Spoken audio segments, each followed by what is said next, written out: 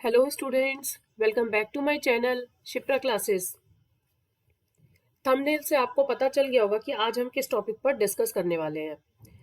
मैंने कल आपको एक वीडियो प्रोवाइड करी थी जिसमें मैंने आपको 20 डेज की स्ट्रेटेजी बताई थी कि आप किस तरीके से अपनी प्रिपरेशन 20 डेज में कर सकते हैं। ठीक है, वैसे तो हर किसी का अपना टाइम टेबल अलग होता है। प्रिपरेशन पे डिपेंड करता है कि आपकी तैयारी कितनी है किसी भी एग्जाम को लेके।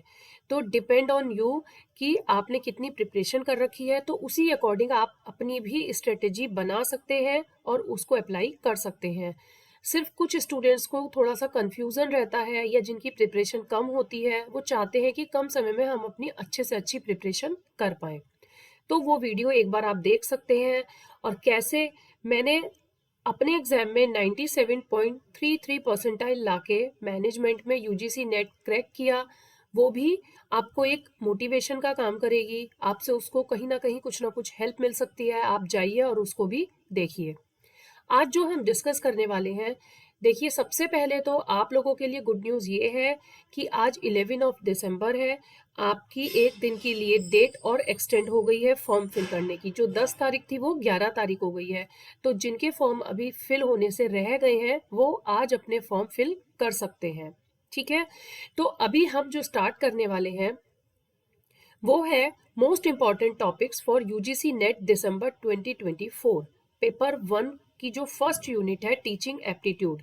ठीक है, ये जो भी इस एग्जाम में बैठ रहे हैं उन्हें पता होगा कि टीचिंग एप्टीट्यूड फर्स्ट पेपर की फर्स्ट यूनिट के अंदर आती है। ठीक है, तो अब देखिए वैसे तो हर टॉपिक अपने आप में बहुत इंपॉर्टेंट रोल प्ले करता है। एग्जाम थोड़ा सा इस लेवल का हो गया है कि कहीं से कुछ भी क्वेश्चन पूछा जा रहा है। मीन्स कि कॉन्सेप्ट आपके बहुत क्लियर होने चाहिए। आईसीटी जैसे आपके कंप्यूटर की एक यूनिट है, तो उसको टीचिंग एप्टीट्यूड से जोड़कर क्वेश्चन पूछा जा सकता है कि मींस टीचिंग एप्टीट्यूड के अंदर कोई भी कंप्यूटर को ऐड कर देंगे और पूछेंगे कि इसमें इसका क्या रोल है। या जैसे आपकी कम्युनिकेशन की यूनिट है, तो टीचिंग एप्टीट्यूड के ही किसी क्वेश्चन को कम्युनिकेशन से ऐड करके आपसे क्वेश्चन पूछा जा सकता है। तो इस तरीके से घुमा के क्वेश्चंस पूछे जा रहे हैं। लेकिन अगर आपका कॉन्सेप्ट क्लियर है तो आप उसको बहुत अच्छे से कर सकते हैं।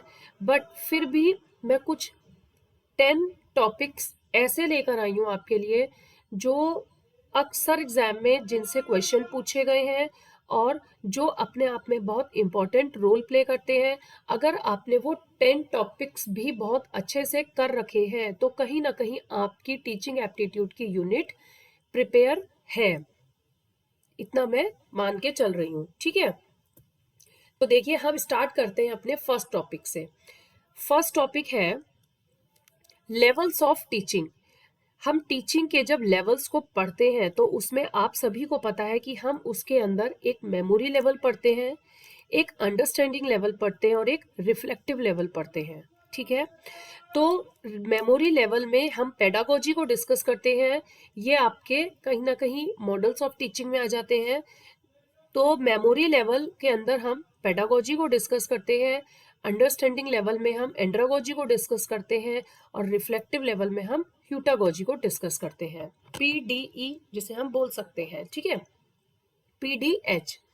ओके, तो अगर क्वेश्चन पूछा जाए, क्वेश्चन इस तरीके से भी बन सकते हैं कि लाइक मेमोरी लेवल के अंदर हम किस पेडागोजी मतलब मींस पेडागोजी एंड्रागोजी ह्यूटागोजी किसको हम यूज करते हैं, कि आप मेमोरी लेवल को हम किसके इक्वल मानते हैं। तो मेमोरी लेवल के अंदर हम, क्योंकि मेमोरी लेवल में क्या होता है, हम बच्चे को एक खाली लर्न करवा देते हैं, याद करवा देते हैं और बच्चा एज इट इज लर्न कर लेता है। तो उसमें टीचर का रोल होता है। तो पेडागोजी में भी वही होता है। अंडरस्टैंडिंग में हम क्या पढ़ते हैं, एग्जाम्पल्स के थ्रू समझाते हैं, रिलेशनशिप बनाते हैं, है। और कहीं ना कहीं दोनों का रोल एक्टिव होता है, टीचर का भी और लर्नर का भी। तो वही केस एंड्रागोजी में भी होता है। तो इसलिए अंडरस्टैंडिंग लेवल को हम एंड्रागोजी बोलते हैं। रिफ्लेक्टिव लेवल में एक कौन सा लेवल आ जाता है जिसमें लर्नर एक्टिव रोल प्ले करता है, खुद से रिसर्च करता है, जिसमें हम पीएचडी कंसीडर करते हैं कि उसमें टीचर का रोल पैसिव होता है। तो उसको हम और क्या बोलते हैं, ह्यूटागोजी। तो इस तरीके से 3 तरीके के लेवल होते हैं, इन्हें आप और डिटेल में पढ़ सकते हैं। टीचिंग एप्टीट्यूड की मैंने अपने चैनल पे पूरी एक प्लेलिस्ट बना रखी है जिसमें आपको ये सारे टॉपिक्स डिटेल में मिल जाएंगे। छोटी छोटी वीडियोज़ हैं 10 मिनट्स की, 15 मिनट्स की, इससे ज़्यादा की नहीं है। आप जाइए और उसको, अगर आपने वो सारी वीडियोज़ भी देख ली तो आपकी टीचिंग एप्टीट्यूड की पूरी यूनिट उससे कवर हो जाएगी, इंपॉर्टेंट टॉपिक्स। ठीक है, अब आता है सेकंड, की एंड हेल्पिंग बिहेवियर। अब टीचिंग में आपके की बिहेवियर कौन से होते हैं और हेल्पिंग बिहेवियर कौन से होते हैं, तो ये बहुत इंपॉर्टेंट रोल प्ले करता है टॉपिक, क्योंकि इससे अक्सर देखा गया है कि एक क्वेश्चन जरूर पूछा जाता है एग्जाम में। तो इसको बहुत अच्छे से लर्न कर लीजिए, बहुत अच्छे से समझ लीजिए। ये भी आपको मेरे चैनल पर मिल जाएगा। प्लेलिस्ट देखिए टीचिंग एप्टीट्यूड की, आपको सारे टॉपिक्स वहीं मिल जाएंगे। ठीक है, नेक्स्ट आता है इवेल्युएशन। इवेल्युएशन मीन्स हम बच्चे का इवेल्युएशन किस तरीके से करते हैं, इसमें हम ये सीखते हैं फॉर्मेटिव इवेल्युएशन क्या होता है, समेटिव इवेल्युएशन क्या होता है, क्राइटेरिया क्या होता है और नॉर्म क्या होता है। तो थोड़ा सा मैं आपको इसके बारे में बता देती हूँ। डिटेल में आपको पढ़ना है तो आप वीडियोस से पढ़ सकते हैं।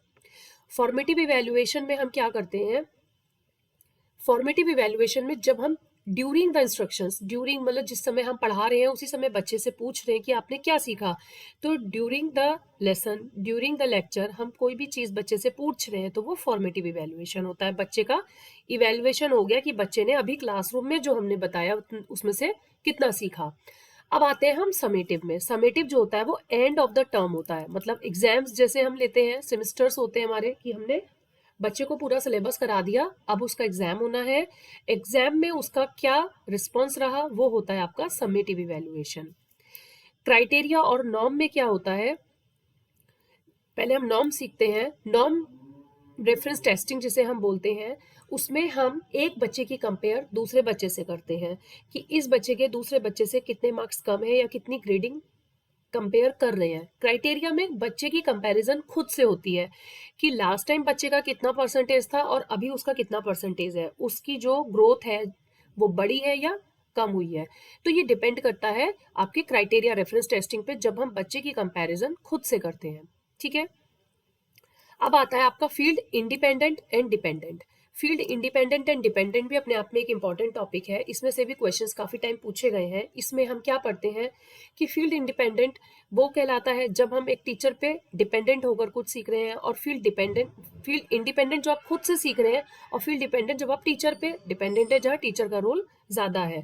डिटेल में आप मेरी कोई भी वीडियो कंसीडर कर सकते हैं, उससे हेल्प ले सकते हैं। सिर्फ मैं आपको यहाँ पर अभी टॉपिक्स बता रही हूँ जो अभी आप लास्ट टाइम पर अभी आने वाले 20 दिनों में कवर कर सकते हैं।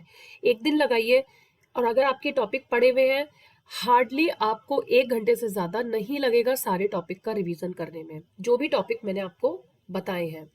कन्वर्जेंट एंड डाइवर्जेंट, कुछ क्वेश्चंस ऐसे होते हैं जो कन्वर्जेंट होते हैं और कुछ क्वेश्चंस ऐसे होते हैं जो डाइवर्जेंट होते हैं। अब देखिए, कन्वर्जेंट और डाइवर्जेंट में ये डिफरेंस होता है कि जो डाइवर्जेंट क्वेश्चंस होते हैं उनमें हम लेते हैं लाइक एस्से। ठीक है, जो हाई लेवल होते हैं, फ्लेक्सिबल होते हैं। एस्से हम किसी तरीके से भी लिख सकते हैं ना, क्योंकि एस्से की तो अपनी लैंग्वेज में ही लिखते हैं हम एस्से को। तो ये तो आपके आ गए डाइवर्जेंट में। अगर हम कन्वर्जेंट की बात करें तो कन्वर्जेंट क्वेश्चंस में कौन कौन से होते हैं, एमसीक्यू, जो रिजिड होते हैं। क्यों?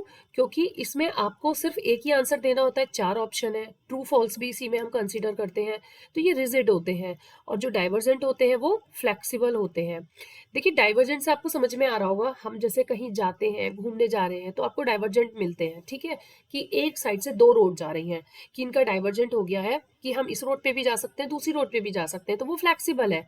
लेकिन कन्वर्जेंट मीन्स कन्वर्ज हो गए हैं, कहते हैं ना कि बहुत ज्यादा कन्वर्ज है, मतलब जो सोच लिया वही करना है। तो एमसीक्यू में सिर्फ एक ही ऑप्शन आपका होता है, तो इस तरीके से भी आप एग्जाम्पल के थ्रू इनको लर्न कर सकते हैं। ओपन एंडेड कहते हैं हम डाइवर्जेंट को, है ना। और जो आपके कॉन्सेप्ट बेस्ड क्वेश्चंस होते हैं वो भी आपके डाइवर्जेंट में आते हैं, और जो आपके कंटेंट बेस्ड क्वेश्चंस होते हैं वो आपके इसमें आपके कन्वर्जेंट में आते हैं। ठीक है, तो इस तरीके से आप लर्न कर सकते हैं। तो क्या डिफरेंसेस हैं, प्रोसेस बेस्ड होता है, कंटेंट बेस्ड होता है। तो प्रोसेस बेस्ड में हम डाइवर्जेंट को कंसीडर करते हैं, और कंटेंट बेस्ड में हम कन्वर्जेंट को डिस्कस करते हैं।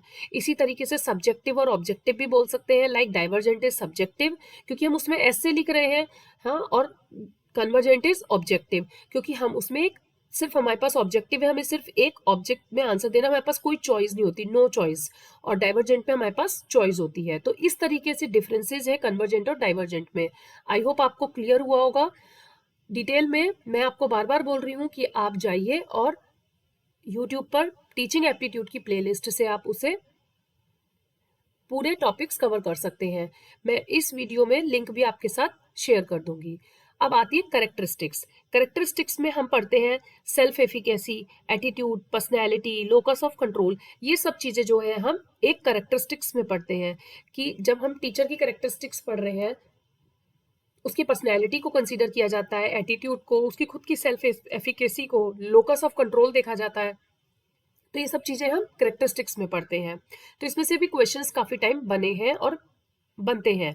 ठीक है, अब थ्योरीज की बात करें जिन्हें हम डोमेन्स भी बोलते हैं, उसमें दो थ्योरी बहुत इंपॉर्टेंट है। एक तो ब्लूम की टेक्सोनॉमी और एक गैगनेस के प्रिंसिपल। तो ये आपको बहुत ज़्यादा अच्छे से पढ़ लेनी है, दोनों, ब्लूम टेक्सोनॉमी भी और गैगनेस के प्रिंसिपल्स भी। ठीक है, नेक्स्ट आता है लर्निंग थ्योरी, जिसमें हम प्याजे और वाइगोत्स्काय को पढ़ते हैं।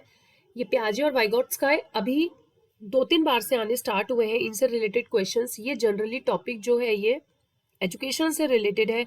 इसे हम सीटेट के एग्जाम में पढ़ते हैं। सीटेट के एग्जाम में बहुत इंपॉर्टेंट रोल प्ले करते हैं ये दोनों ही। ठीक है, जिन्हें हम कंस्ट्रक्टिविस्ट बोलते हैं। तो इन्होंने जो है लर्निंग थ्योरी दी है, प्याजे ने अलग दी है और वाइगोट्स्काय ने अलग दी है। प्याजे कहते हैं कि जो बच्चे होते हैं वो एक नन्हे वैज्ञानिक होते हैं, मीन्स कहीं ना कहीं वो कुछ ना कुछ सर्च करते रहते हैं। और वाइगोट्स्काय का कहना ये है कि बच्चे समाज में रहकर सीखते हैं। ठीक है, तो इस तरीके से दोनों ने अपने अपने व्यूज दिए हैं लर्निंग थ्योरी कि बच्चे किस तरीके से सीखते हैं। तो प्याजे और वाइगोट्स्काय के बारे में भी आप अच्छे से पढ़ लीजिएगा। Teaching methods. अब जब हम टीचिंग मेथड्स की बात करते हैं तो टीचिंग मेथड्स में हम क्या क्या पढ़ सकते हैं, जैसे लेक्चर मेथड्स होते हैं, ट्यूटोरियल्स होते हैं, डेमोन्स्ट्रेशन मेथड्स है, डायलॉजिक मेथड्स हैं। ये सारे मेथड्स आपके टीचिंग मेथड्स में आते हैं और सारे मेथड्स मैंने अपने चैनल पर आपको कवर करा रखे हैं। ठीक है, तो ये बहुत इंपॉर्टेंट है, इसमें से एक क्वेश्चन जरूर बनता है टीचिंग मेथड से। अब आता है नेक्स्ट क्वेश्चन और last question, ICT instructional objectives. मैंने आपको बताया कि कैसे आईसीटी और कम्युनिकेशन को टीचिंग से ऐड करके क्वेश्चंस पूछे जा रहे हैं। तो आईसीटी का टीचिंग के अंदर क्या रोल है, या टीचिंग में हम क्या यूज कर सकते हैं आईसीटी का, जिससे हम अपनी टीचिंग को इफेक्टिव बना सकते हैं। तो टीचिंग में आईसीटी का क्या रोल है, क्या ऑब्जेक्टिव है आईसीटी का, कि हम टीचिंग में अगर आईसीटी को, इंफॉर्मेशन एंड कम्युनिकेशन टेक्नोलॉजी आपकी इसमें आ जाती है, तो इसमें इसका क्या रोल है आईसीटी का। तो इस तरीके से क्वेश्चंस बन सकते हैं। तो आपको ध्यान रखना है कि इन टॉपिक्स को आपको बहुत अच्छे से कवर करना है। अगर मैं कुछ और टॉपिक की आपके साथ बात करूं तो ये तो थे आपके कुछ इंपॉर्टेंट टॉपिक। आप इसके अलावा एक पढ़ सकते हैं आपका, जिसे हम बोलते हैं TRT। ये भी इसमें आता है आपका, टिपिकल रिस्पॉन्स टेस्ट, जिसमें हम सब फॉर्मेटिव और असेसमेंट, समेटिव असेसमेंट जब हम करते हैं तो आपका आता है टिपिकल रिस्पॉन्स टेस्ट। ठीक है, इसके बारे में पढ़ लीजिए।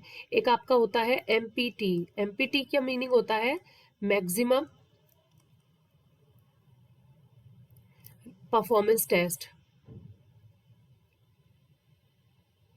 ठीक है, अब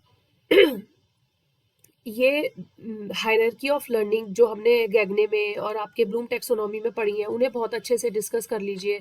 तो ये जो कुछ टॉपिक थे, जैसे मेमोरी लेवल किसने दिया है, अंडरस्टैंडिंग लेवल किसने दिया है, रिफ्लेक्टिव लेवल किसने दिया है, ठीक है, तो ये आपको पता होने चाहिए कि मेमोरी लेवल किसके द्वारा दिया गया है। मेमोरी लेवल दिया गया है हर्बर्ट के द्वारा। तो ये मेन कुछ पॉइंट्स है जो एग्जाम में डायरेक्ट भी आपसे पूछे जा सकते हैं, क्योंकि कई बार बच्चे डीप स्टडी के चक्कर में बेसिक पढ़ना भूल जाते हैं। तो वहां पर गलती है कि आपको बेसिक भी पता होने चाहिए कि कौन सा लेवल किसने दिया है। ऐसे ही रिफ्लेक्टिव लेवल किसने दिया है, हंट ने।